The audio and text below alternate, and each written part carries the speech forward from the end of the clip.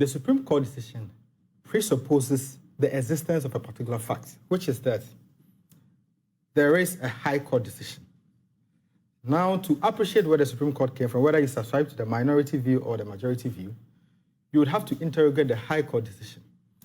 If you look at the High Court decision, especially page 61, where the High Court granted the relief sought by the petitioner, that's Michael Nifa, the court actually declared the election of Honorable Quayson as void, null, and of no effect. It then went ahead in relief F to order the Electoral Commission to hold a new election. So, and we must also understand that this decision predates the filing of the writ in the Supreme Court. That's right. So at the time the writ was filed in the Supreme Court, what was the state of affairs? The state of affairs was that Honorable Quayson had been declared as unqualified, unfit, and his election nullified. That was the state of affairs. So from that time forward, he was no longer to be accorded the right as an MP. And that was the decision. So if we appreciate that this was the decision of the High Court, which decision in itself is effective and valid, and by the principle of ex parte, as my colleague has already alluded to, even if it is wrong, you must abide by it. So if you all agree that the High Court nullified his election, then what was the essence of the Supreme Court action? Is it the case that the victorious party in the High Court was not so convinced about the victory it had gotten from the High Court that it was seeking a reaffirmation or a validation of the High Court decision? Because, and I say so because if you look at, this is the writ in the Supreme Court. The reliefs sought are 5. These are the same reliefs that were sought in the High Court. There's no difference. The only difference is semantics.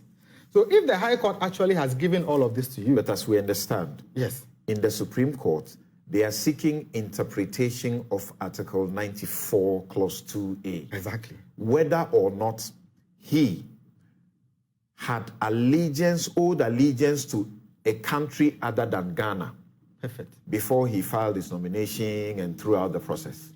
Thompson, I'll address that issue, but I want you to also appreciate the fact that this issue surfaced in the High Court, and the High Court relied on the certificate of renunciation, which was evidence, and stated that from that, on the face of the certificates, he owed allegiance and was a citizen of Canada at the time.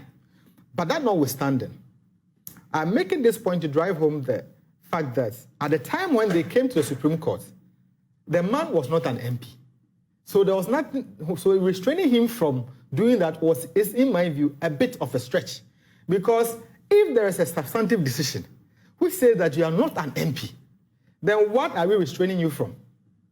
So, and that is why I side with the minority decision that the remedy available to you was to pursue enforcement of the decision. And because that was actually what the High Court directed. And the avenues for enforcement are a lot. In fact, if you look at Article 1125, I expected either Honorable Quayson himself or the Electoral Commission or the victorious party in that case to have written to the Clerk of Parliament that a vacancy has occurred in this by virtue of the Supreme Court, the High Court decision, so proceed to hold an election.